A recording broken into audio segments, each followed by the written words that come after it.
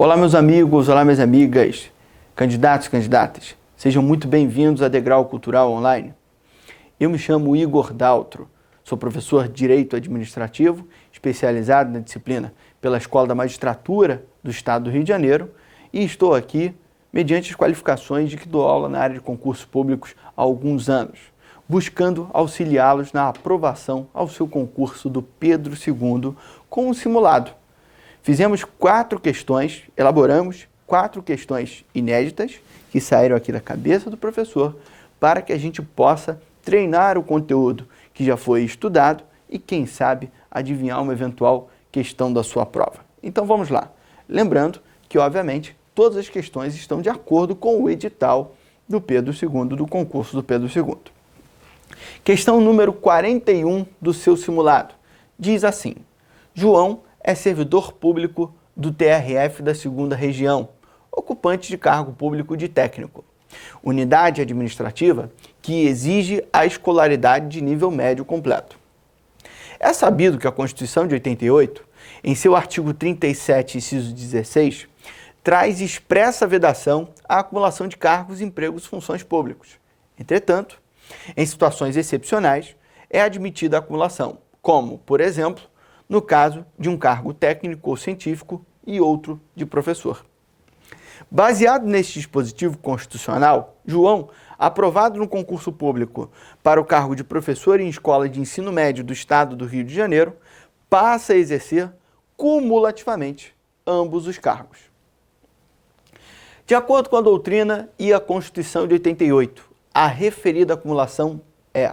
Bom, primeiro, nós devemos fazer algumas pequenas considerações e breves considerações. Número 1. Regra é a vedação de acumulação de cargos, empregos ou funções públicos. Regra. Exceção. Havendo compatibilidade de horários, é permitida 7 acumulações. São permitidas 7 acumulações. Professor mais professor, professor mais magistratura, professor mais membro do Ministério Público, professor mais membro do Tribunal de Contas, professor mais cargo técnico ou científico, que é o trazido na questão, 2 cargos ou empregos profissional da área da saúde, ou ainda um cargo com o de vereador, mandato eletivo de vereador, um cargo, emprego ou função acumulado com o mandato eletivo de vereador. São as 7 acumulações. Essa questão vem tratando sobre a acumulação do servidor público técnico do TRF com um cargo de professor de ensino médio. Certo isso, pessoal? Você acha que é admitido? Isso é possível? Pois bem, é sobre isso justamente que nós vamos trabalhar aqui agora e vamos discorrer. Por quê? É admitida a acumulação de professor com um cargo técnico. E aí fica a dúvida. O cargo de técnico do TRF, admite acumulação? É um cargo considerado técnico? O cargo de técnico do TRF? A resposta é não, acredite. Mas o nome não é técnico? A simples nomenclatura não é suficiente. Cargo técnico ou científico, sem aqui invadir a distinção entre técnico e científico, seriam cargos onde é necessário um conhecimento técnico especializado ou um conhecimento de alguma ciência para o desempenho das atribuições do cargo. Por exemplo, o cargo de delegado é um cargo considerado técnico ou científico. Por quê? Porque tem que ser formado em direito. O cargo de oficial de justiça tem que ser formado em direito. É também conhecido como um cargo de natureza técnica ou científica, porque necessita de formação específica. Você precisa ter aquele conhecimento para desempenhar as atribuições do cargo. Diferente aqui do cargo de técnico. Sem qualquer desmerecimento do técnico administrativo ou do técnico judiciário aqui no caso. Mas a função do técnico judiciário é arquivar processo, desarquivar processo, numerar folhas, furar folhas, cadastrar coisas no sistema. Isso é a rotina administrativa, que a pessoa que tem nível médio, qualquer um, pode fazer. Que qualquer pessoa que tenha qualquer nível superior também pode fazer. Ou seja, não há nenhum tipo de necessidade de conhecimento técnico ou científico para o desempenho das atribuições do cargo. Tendo isso em mente, vamos às alternativas, né? A alternativa A fala que a acumulação é ilícita, uma vez que João só poderia exercer a atividade de professor de forma cumulativa com o seu cargo efetivo, caso ocorresse em uma universidade, ou seja, ensino superior. Nada a ver uma universidade, ensino médio, em qualquer caso dá no mesmo, é professor, tanto faz. E não pode de qualquer maneira. Aqui vem dizendo que poderia se fosse nível superior. Não, não poderia. Se ao invés de professor de nível médio fosse professor universitário, não seria possível de qualquer maneira. B. Lícita. Já está errado. Haja vista que se trata de exceção constitucional de acumulação de um cargo técnico com outro de magistério. Já falamos sobre isso. Errado. C. E eu sinto que essa é a correta. Ilícita. Uma vez que o técnico no TRF, apesar da nomenclatura, não possui atribuições técnico especializadas. Logo, a simples expressão de técnico não o classifica como um cargo que demande de conhecimentos técnicos para o exercício da função, consequentemente impossibilitando a acumulação. Esse aqui é o nosso gabarito, pessoal, como eu já havia desconfiado e dito a vocês.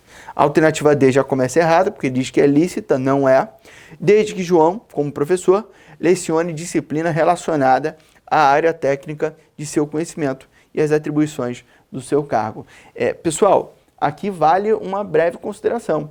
Por que vale uma breve consideração, professor? Porque nas hipóteses em que a acumulação é lícita, isso é de fato um requisito. O juiz que pode ser professor, ele vai dar aula de direito, não vai dar aula de corte e costura. O membro do Ministério Público, que pode ser também professor, exercer o cargo de magistério, vai dar aula de direito, não vai dar aula de oboé, que é um instrumento de sopro. Aqui no Rio de Janeiro tem uma faculdade de oboé. Um aluno uma vez me explicou que é para manter a tradição de Vila Lobos, enfim, existe uma faculdade na Universidade do Estado do Rio de Janeiro de oboé. Não é de música, é de oboé. Pois é, ele não poderia dar aula em outro curso que não de direito.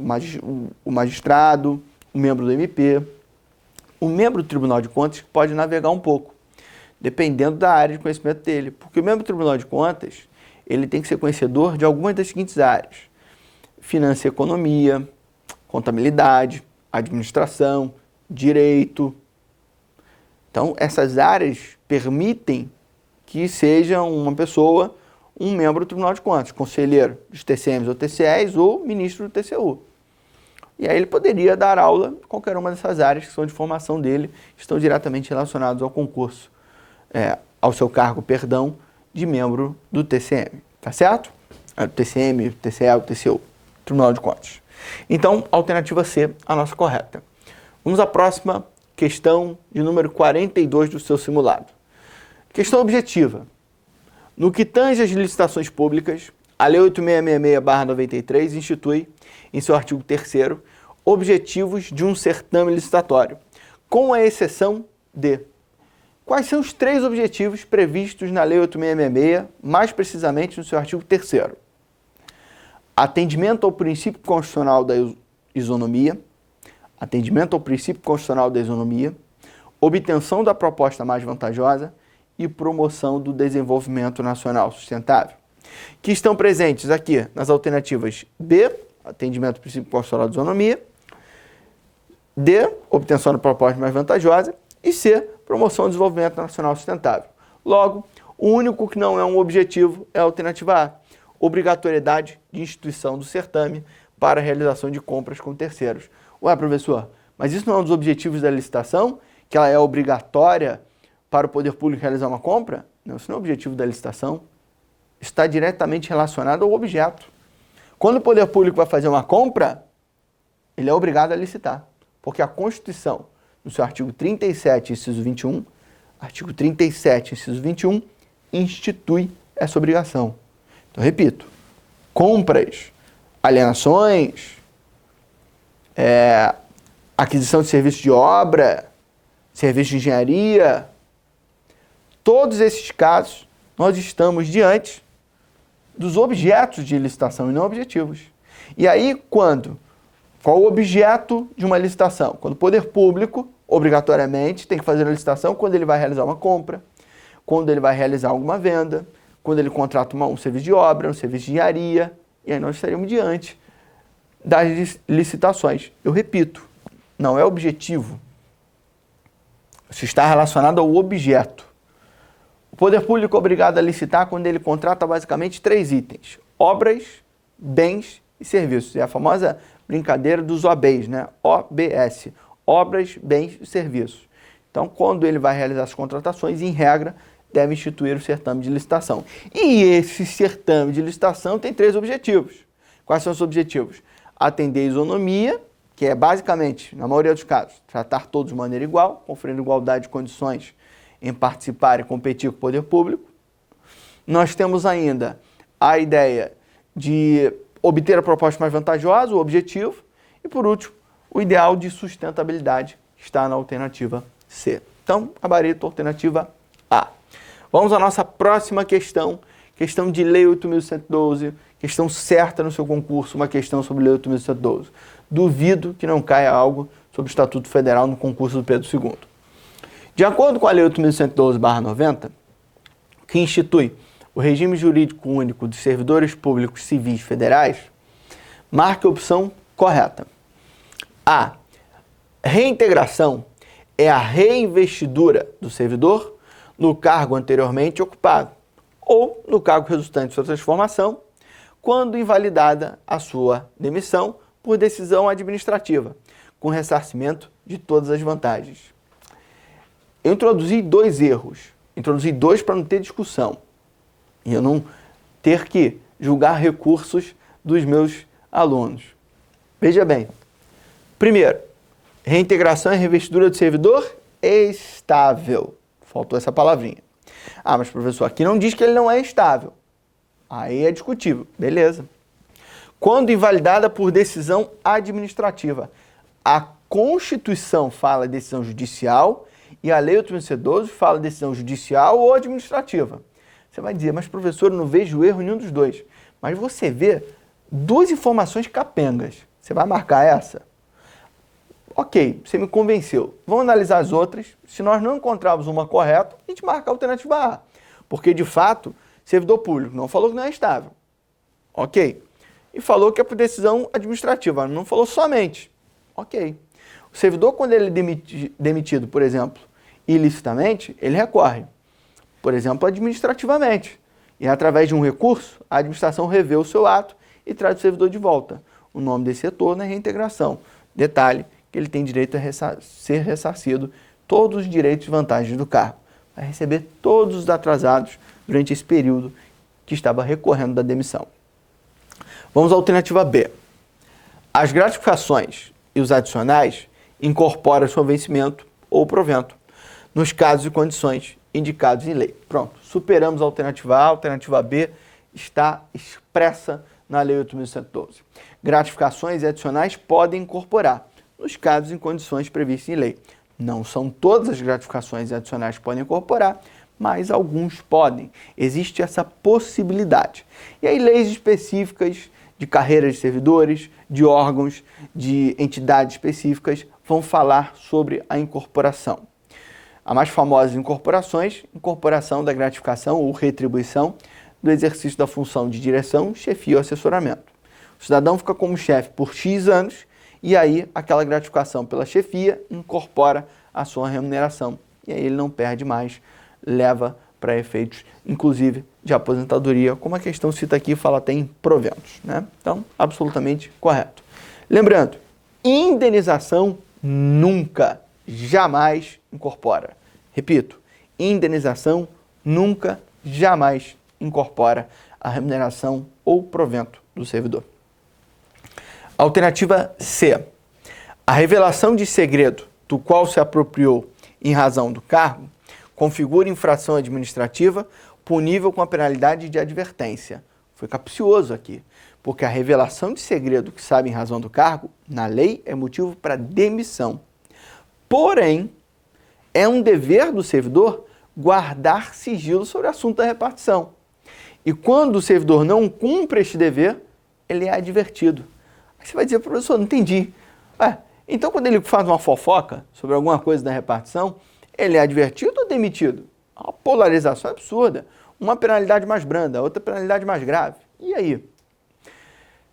A lei, propositalmente, previu a mesma conduta em termos distintos, claro, mas trouxe basicamente a mesma conduta e de acordo com a gravidade da conduta, você enquadra aqui ou aqui. Se ele falou uma coisa pequena, você diz que ele não guardou sigilo, advertência. Se ele revelou um segredo grande, como informação privilegiada, que está lá na Lei 2.813 também, de 2013, que é a Lei de Conflito de Interesses, ele revelou informação privilegiada, aí você já diz que ele revelou um segredo e aplica a demissão. Isso é um enquadramento possível que será feito pela Comissão Disciplinar Permanente, as chamadas Comissões Permanentes de Inquérito, e, obviamente, pela autoridade julgadora no momento da aplicação da penalidade. Então, C, incorreta, porque essa conduta especificamente gera demissão. D, em caso de falecimento, ausência ou desaparecimento do servidor, não poderá ser requerida a revisão do processo. Em caso de falecimento, ausência ou desaparecimento do servidor, a revisão pode ser requerida por qualquer pessoa. Até brinco com os alunos que não é para ele fazer a passagem, não. Porque foi demitido, depois veio a falecer e aí ficou com um assunto inacabado aqui, não conseguiu encontrar luz e não fez a passagem. Pessoal, nada disso. Brincadeiras à parte. O que acontece? Imagine que o servidor veio a falecer e deixou uma esposa. Essa esposa, se depois de 20 anos dele falecido, tem acesso a um documento que inocenta o servidor, ela promove uma revisão, ela vai ter direito a receber todos os atrasados, porque a demissão dele foi ilegal, e detalhe, ela vai ter direito também a ser pensionista. Por quê? Quando ele foi demitido e depois veio a falecer, ela não foi pensionista. Ela foi pensionista dele do INSS, no regime geral. Mas ela teria direito a ser pensionista dele agora no regime próprio. Entenderam? Então, é completamente diferente. Logo, eu repito, falecimento, ausência e desaparecimento do servidor, qualquer pessoa pode promover, requerer a revisão. Vamos à nossa última questão, questão de número 44 do seu simulado, que diz assim: momentos de grande comoção social, como os que são experimentados atualmente pelo nosso Estado Democrático de Direito, demandam ações repressivas, fiscalização e, acima de tudo, responsabilização dos personagens envolvidos nestes atos ilícitos. Como um dos mecanismos de combate à corrupção, a Lei 8429/92, Lei de Improbidade Administrativa, desempenha importante papel instituindo 3 modalidades de ato de improbidade administrativa, quais sejam enriquecimento ilícito, prejuízo ao erário e os que atentam contra os princípios da administração pública. Há um 4º ato de improbidade, mas que não merece ser mencionado porque ainda não está em vigor. Neste sentido, é ato de improbidade administrativa que cause prejuízo ao erário. Pois bem, nós vamos procurar aqui nas alternativas o que causa prejuízo ao erário. Observação. Primeira observação. Artigo 9º, ato de improbidade que gera enriquecimento ilícito. É para aquele que oferir vantagem econômica, melhor, aquele que oferir vantagem patrimonial perante o serviço público. Como assim oferir vantagem patrimonial? Eu costumo dizer aos alunos que é quando você engorda o seu bolso ou deixa de esvaziá-lo. É ato de improbidade você receber um carro, receber 1 milhão para fazer uma conduta, praticar uma ilegalidade. Também é ato de improbidade para você que tem uma viatura à sua disposição na sexta-feira, deve deixar ela lá no Pedro II, na sexta-feira à noite, voltar para casa de ônibus, você vai para casa com a viatura, viaja no final de semana e segunda-feira vai com a viatura, sendo o primeiro a chegar, ninguém vê que você levou a viatura. Isso é um ato de improbidade de enriquecimento ilícito. É claro que se aplica aqui a insignificância, óbvio.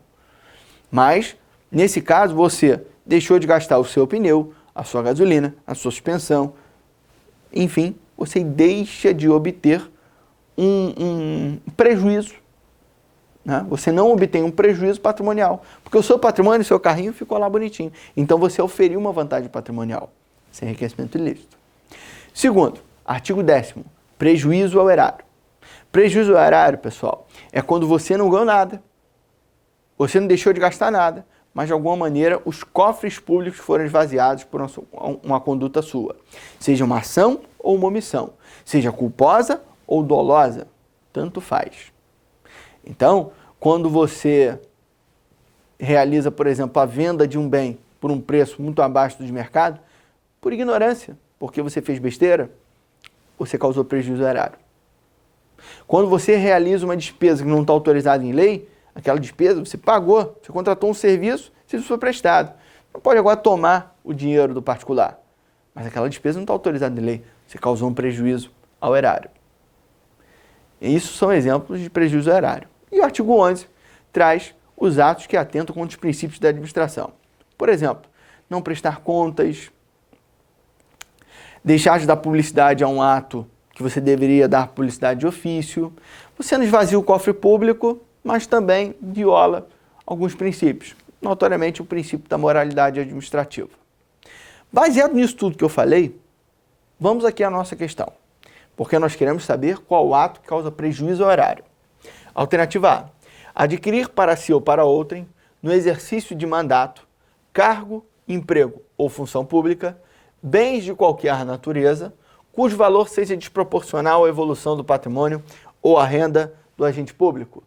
Pessoal, olha que beleza! Acredite, se você ganha, por exemplo, como um servidor lá do Pedro II, R$4.000, e em 2 anos de serviço público você tem um iate, você vai ter que explicar isso. Você vai ser convocado pela administração para explicar. Olha a sua evolução patrimonial em 2 anos de Pedro II. Você comprou um iate de 2 milhões, por exemplo.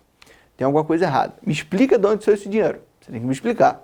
Você pode ser investidor na Bolsa de Valores ou alguma coisa do tipo. E aí ganhou um dinheiro. Ótimo. Mas você vai ter que explicar isso.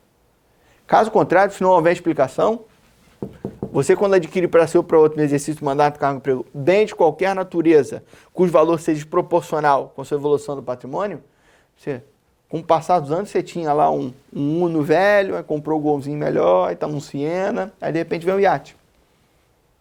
A sua evolução patrimonial e a sua renda não comportam isso. Nesse caso, isso é um ato de improbidade de enriquecimento ilícito, porque você obteve uma vantagem patrimonial. B. Frustrar a ilicitude de concurso público. É difícil isso.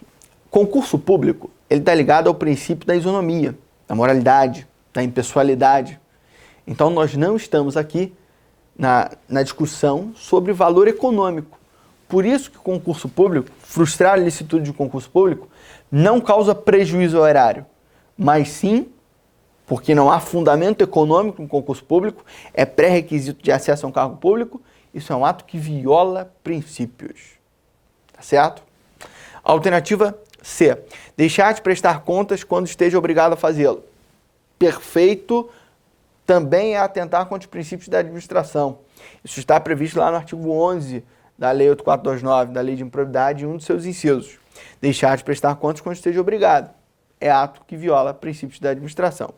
Então, por questões lógicas, o nosso gabarito, alternativa D, porque causa prejuízo ao erário. Esse é enriquecimento ilícito e os dois atentam contra os princípios.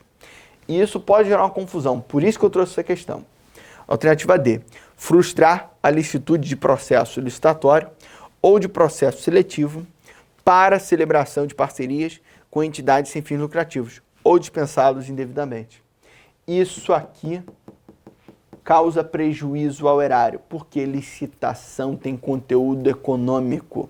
Você licita para celebrar um contrato, e aí se a licitação for ilegal, se você frustrar a licitude da licitação, ou seja, ela é ilegal, consequentemente ao contrato, as despesas realizadas, então licitação tem natureza econômica. Logo, frustrar a licitude de processo licitatório ou de um processo seletivo para celebração de parcerias é um ato que causa prejuízo ao erário. E aí nós temos, então, o nosso gabarito, a alternativa D de dado. E assim, nós encerramos a correção das nossas 4 questões do primeiro simulado do Pedro II, aqui aplicado pela Degrau Cultural Online. Eu agradeço a presença de todos, espero ter até mesmo acertado alguma questão ou assunto do seu concurso, e se a gente conseguiu aí naquela premonição dos simulados, né? E deixo aqui aberto o nosso canal de comunicação, através de redes sociais, Instagram, Professor Igor Daltro, também existe o meu perfil número 2 no Facebook, fiquem à vontade, estou aberto a sugestões, a inclusive tirar as suas dúvidas. Um forte abraço, fiquem com Deus e bons estudos a todos vocês. Tchau, tchau.